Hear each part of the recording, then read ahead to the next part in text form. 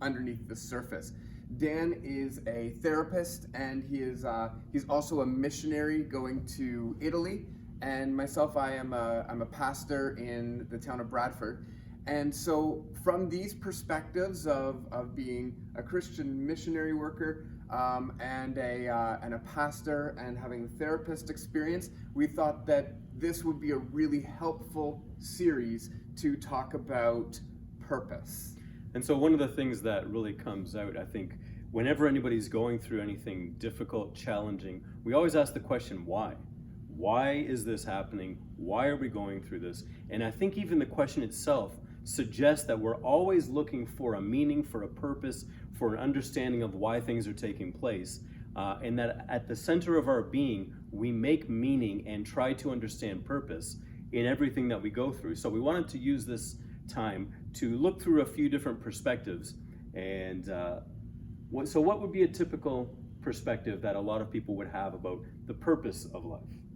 Well, I mean, before 2020, the purpose of life was really easy in our culture. I mean, you want to build yourself so that you can retire early. You want to protect your family. Family has become a major purpose and a major drive for millennials, and it's huge. And then obviously you want to maintain your wealth. You want to build your wealth, and you want to expand your personal talent. You know, promotions are one way we think about expanding personal talent, but the other way that we think about it is fame. Maybe you have something that can make you famous, like a YouTube channel. Yeah, exactly. Yeah. 25-year-old people making millions of dollars off of fame, which has now been made far more accessible to everybody else. So there is that real element of trying to succeed and understand ourselves as successful. And so one of the things that I think the culture really does get right is the retire early idea, retire by 55, freedom 55 and all that, or retire younger than that. I had a client at one point in time and he was 32 and he was done. He'd sold his business. He was good for the rest of his life. And that was, to me, even an impressive feat. Wow, you pulled that off. And that's like a mark of success. But what the culture gets right is that we are more than work. We recognize that. And so if you can retire early, then you can enjoy life. You can enjoy family. You can enjoy the accomplishments. But we recognize that we are not ants. We don't just work from dawn till dusk, get up and do it again. We lose a real sense of who we are if we don't have something more than work.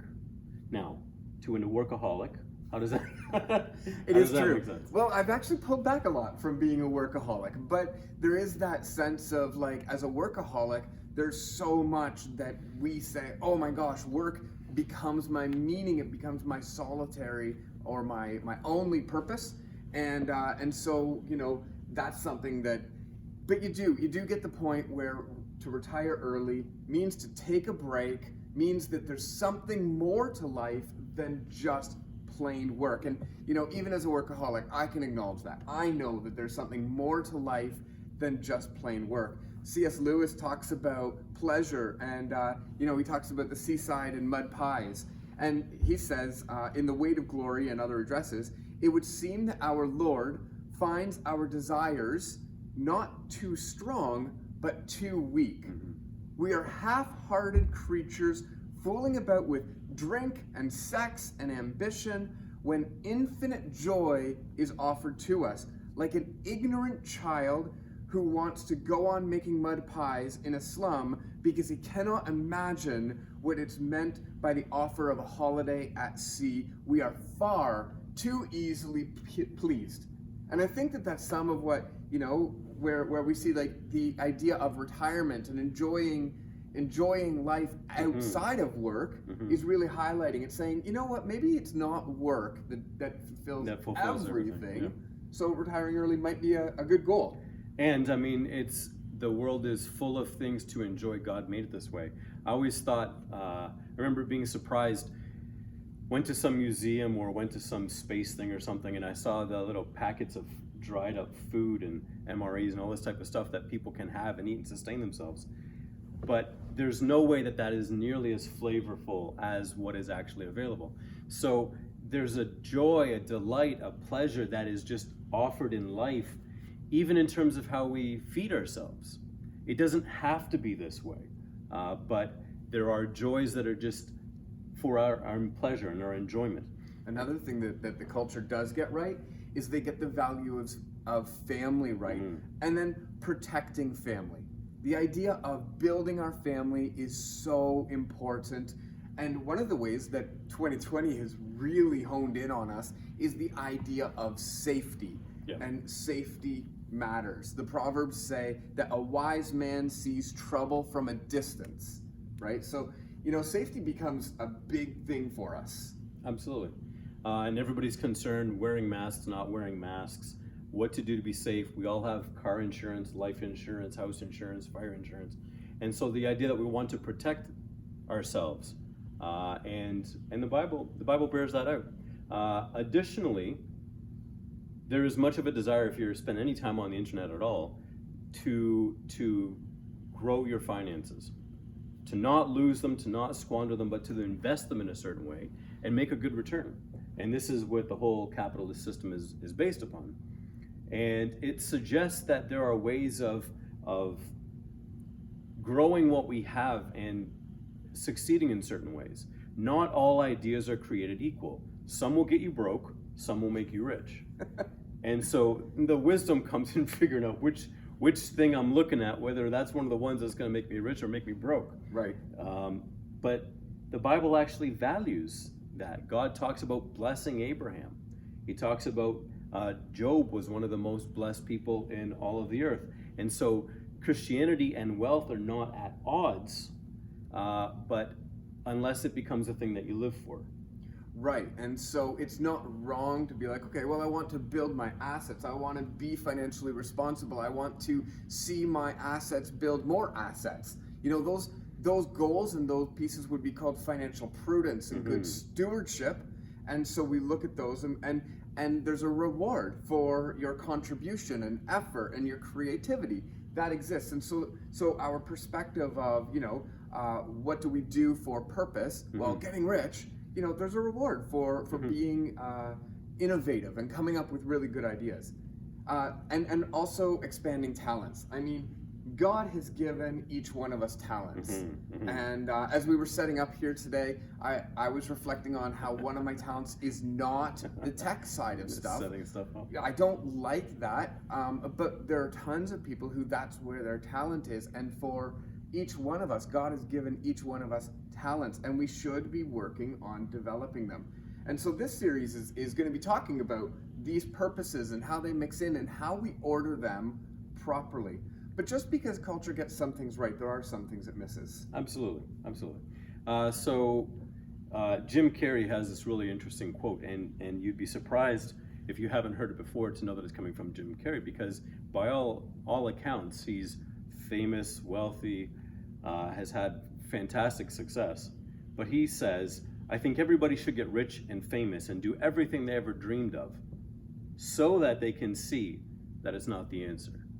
So even within the cultures, this recognition that some people who have achieved fabulously are aware that success doesn't actually bring purpose. There is more to life than rich, famous, healthy, safe family.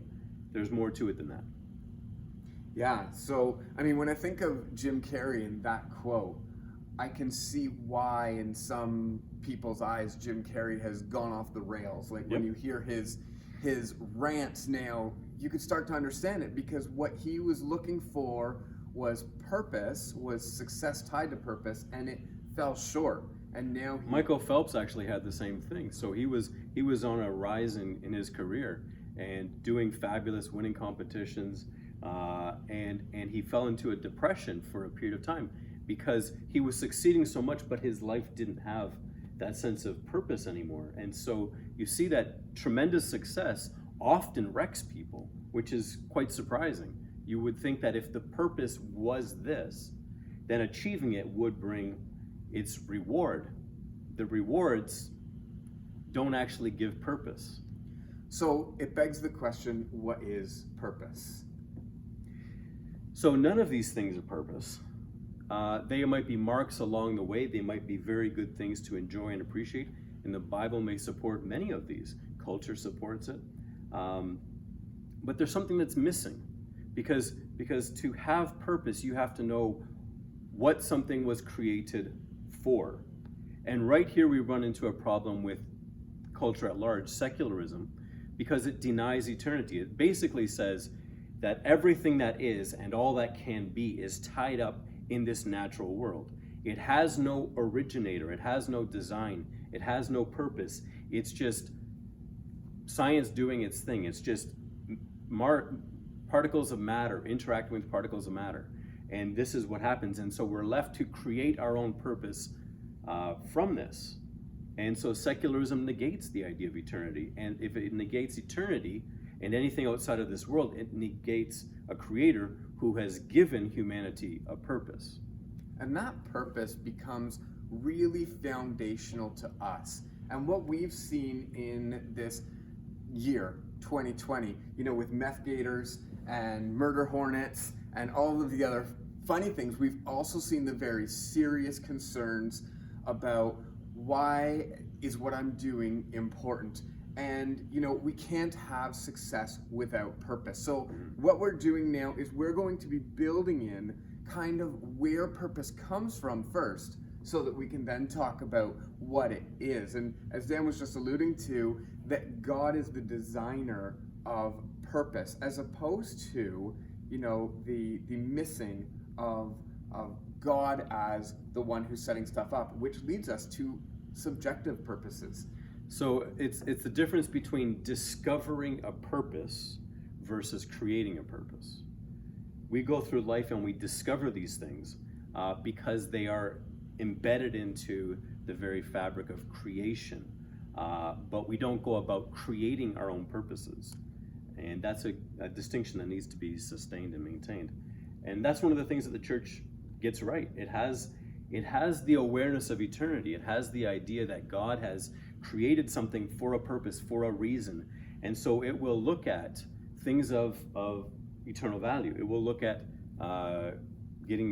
introducing people to Jesus. It'll look at discipleship. It will look at becoming more like Jesus as the thing which we were created to do and become. So this is one of the things that the church really does get right. Yeah, the church offers two major correctives. It says we need to have that eternal view, and we need to have a relationship with the God who is the one who created, who set the purpose. And so we're not yet at what is purpose, but we're recognizing that we are moving towards it by saying we have to start with original intent. We have to start with where we started from so that we can see where we should be going. So one of the things that we've done in this study and in this series is we're taking a look at biblical world views and saying to understand purpose, we are starting at pre-fall, which is everything in Genesis 1-3. And then we're moving after the fall, all the way through the biblical time, all the way through history, all the way to now, and we're saying, what is purpose being there? And then we're also evaluating what is purpose promised for us after Jesus returns. And if there's things that are constant in all of those, then we are saying, here is where we're suggesting that this is where purpose comes from. So if it maintains a continuity through the whole thing, then this is part of the original design. And so one of the things that this will help us do is look at things from what's revealed in Scripture and what culture offers and where correctives need to come. The culture gets many things right. Intuitively, we understand that life is more than work. We understand that family is valuable and that accumulating wealth is a reward and a success for life well lived, for ingenuity, creativity. We also look at this and say the church doesn't have in its core messages today everything perfectly right. Because one of the things that actually comes out of this is we end up in the church culture today is we don't spend a whole lot of time thinking about eternity. And when we do, we think about it merely as Philly cheese and all of this type of stuff, where we're disembodied spirits living in some kind of heavenly place playing harps on playing clouds. harps. Yeah. And so our idea of what eternity is misses some of the real substance of what's going on. And so this is one of the correctives that we need to look at. We are not angelic beings. Every time a bell rings, an angel gets its wings. No, it's not people die, become angels, get their wings. It's not that type of thing at all. Far from it, actually. Far from it is the idea that heaven's coming to earth, Revelation 21:3. There's this connection between the eternal and the temporal, and that God is going to bring those two together. This is not a disembodied existence, a Neoplatonic ideas thing, or a Gnosticism. Rather, this is a real, substantial existence with physical bodies. So Jesus became human. The eternal spirit became human. That much we've figured out. We don't understand it all, granted, but at least we understand that much of it.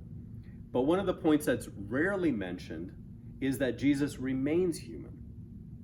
So 1 Timothy 2:5 will actually say that there is one God and mediator between God and man, the man Jesus Christ. So Jesus, now resurrected, ascended at the right hand of the Father, is still human. Think about that for a minute. Jesus, it was not a return trip. It was a one-way thing. When God became human, he did it for all of eternity. And so it says something about what our life is going to be like afterwards. It's not disembodied spirits. It's a real creation, a real new creation, new bodies, new heavens, new earth. Right. The theologian N.T. Wright says that humanity was made from the materials of the earth to live eternally on earth. And heaven is God's space coming down to live with people. And so there's something here about the eternal hope of the Christian, even in a time of, discontinuity. The eternal hope of the Christian says, I have something to look forward to. I have a glory that I can see, that I will live in a place where all things have been made right, and it's still got that physical element to it. It's still got that tangibility to it that says there's something that is transcending the troubles of today. And there's so much hope that's happening in that. And, you're right, the church has kind of missed on that. And maybe something like, a crisis, a worldwide pandemic, can help the church itself come back to its core message that says we have an eternal hope that is connected and not completely disconnected from our existence here today. And that is the underlying message in which we are able to build our idea of purpose now on. So then what would be some of the things that we've kind of noticed around here? What are some of the purposes or things that seem to transcend both the pre-fall, the fall, and the culmination of history? What are some of those things? Well, we've got the invitation into the inclusion of the Trinity. And that one is going to take a video all on its own, because that's part of our core design. But that's a huge purpose, is as we as humans, we grapple with the invitation and the inclusion into the divine Trinity, while still maintaining the physicality of our bodies. And then we were designed for work, as we spent a bunch of time talking about, that piece where it's like, oh, well, work is important. I think that people being shut out from work all over the world has really shown us that there is an element of work. And we're going to go to pre-fall, talk about work, and talk about work now in the fall, and then talk about work actually after Jesus returns. We're also invited into community with others. So it's not just the relationship with God, it's not just what we do and perform, but it's actually in a community where peace and harmony are the essence of what's taking place. This is the nature, the characteristics of this wholeness, because so many people want to belong. And this world has good relationships, bad relationships, good relationships that's sour. We want to belong, and people will do all kinds of things to belong. So deep within each human heart is this desire to belong, to matter, to be significant, to be included in a whole, but still be unique and not lost in the process. And so one of the other things is this community. And we are designed to worship God. We were designed so that we would reflect back to God just how amazing He is. Now, of course, this means that God's insecure, doesn't it? Well, you have to get to our video 5 to figure that one out. But we really invite you to join us along this journey as we discover and discuss these 4 purposes and have them rooted in the sense of who God has created humans to be from the beginning all the way to the end. Mm-hmm. So join us in our next video. It'll probably show up in your next watch list on YouTube, or subscribe to our channel, and we thank you for joining us today.